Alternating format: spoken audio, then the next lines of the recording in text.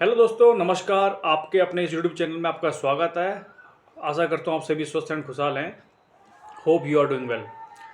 दोस्तों, आज का टॉपिक बड़ा इंपॉर्टेंट है। आज बहुत सारे फार्मर्स का, बहुत सारे लोगों का मेरे पास क्वेरीज आती हैं कि आप इस पर एक वीडियो बनाइए कि चंदन लीगल है या इलीगल है। इसकी वैधानिक रूप से हम इसकी खेती कर सकते नहीं कर सकते, इसमें परमिशन लेनी पड़ती है, कहाँ से लेनी पड़ती है, क्या इसका प्रोसीजर है, कहाँ हम बेचेंगे।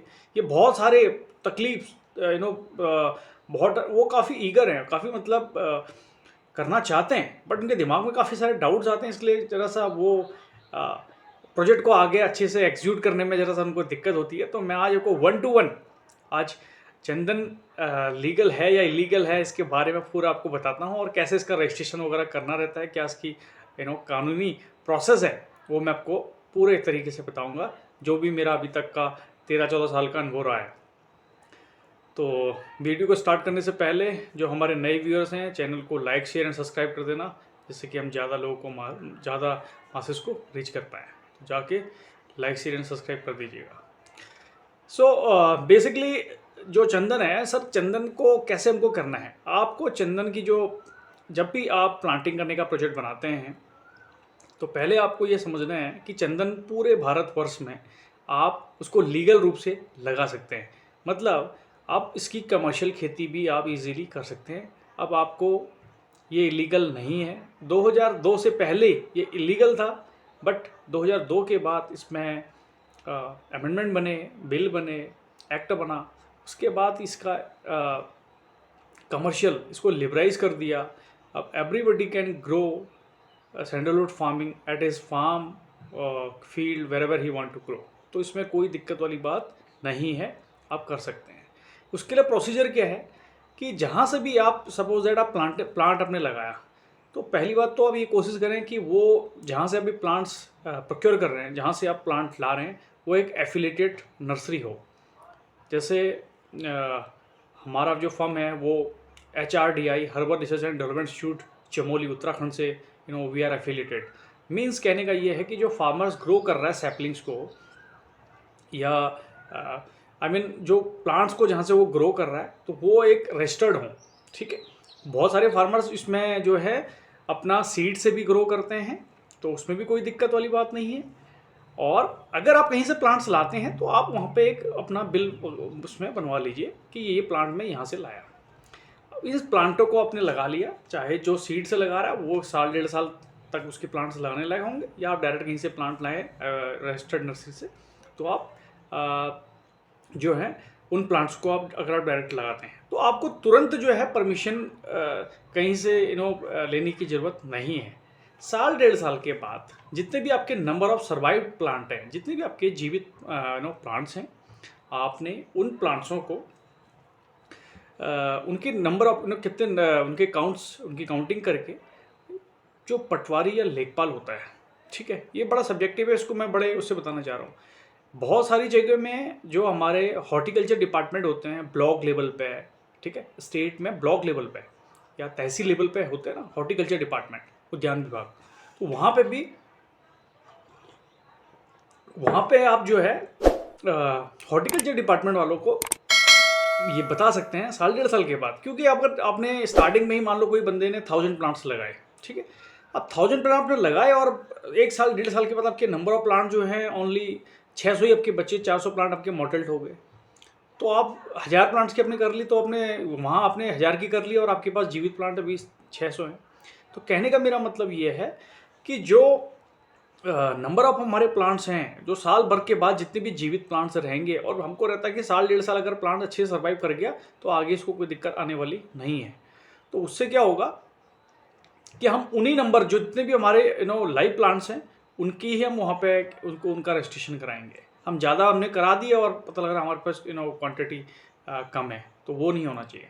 तो वो अब 1-1.5 साल का टाइम बहुत इनफ होता है, तब तक जो प्लांट्स अच्छा ग्रो करने वाला है वो ग्रो कर जाएगा। और अगर वो मोर्टेलिटी कर रहा है तो बहुत सारा होता है, 20 से 30% जो है मोर्टेलिटी रेट रहता है। वो जितना प्लांट्स मोर्टेल हो जाएगा उसको आप नेगलेक्ट कर दीजिए।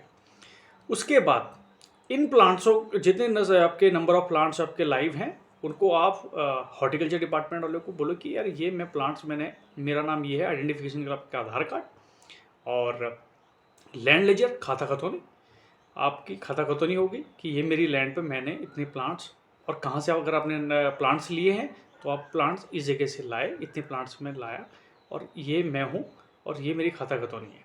उस प्रकार से उसमें एक 7/12 एंट्री जिसको हम बोलते हैं वो हो जाती है। एक वन काइंड ऑफ रजिस्ट्रेशन हो गया, आपके प्लांट्स का रजिस्ट्रेशन हो गया कि आपने इस डेट पे आपने इतने प्लांट्स लगाए, यहाँ से आप लाए, अब ये हैं, ये आपकी खाते का विवरण है, मतलब लैंड का विवरण है। ठीक है, वो आपने कर लिया तो आपको 3 कॉपीज़ होती है, एक डीएफओ के पास चली जाती है, एक हॉर्टिकल्चर डिपार्टमेंट वाले के पास रहती है, आपके पास रहती है।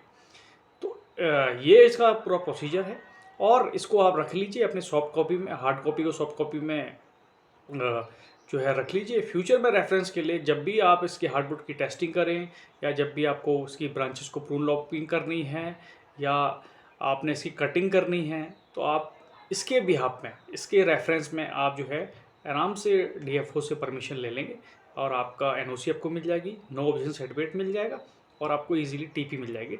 ठीक है, आपको ट्रांजिट पास आपको मिल जाएगा, तो इजीली आप कमर्शियली कहीं पे भी इसको किसी भी स्टेट में आप उसको सेल आउट कर सकते हैं। तो ये इसका बेसिकली एक प्रोसीजर है। और जहाँ पर अगर ये हॉर्टिकल्चर डिपार्टमेंट नहीं है तो वहाँ पे आप जो है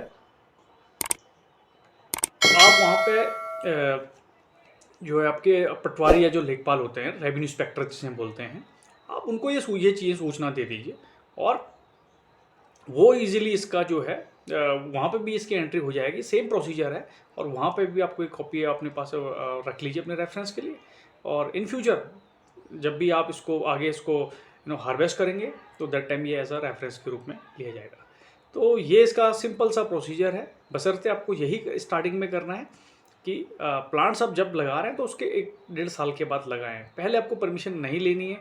बहुत सारे मैंने देखे हैं फार्मर्स बड़े दुविधा में रहते हैं, सर परमिशन लेनी है, वो चीज़ों को समझते नहीं हैं। तो मैं आपको यही कहना चाहूँगा कि आप प्रोसीजर को अच्छे से समझें और ज़्यादा उसको हाइप ना करें।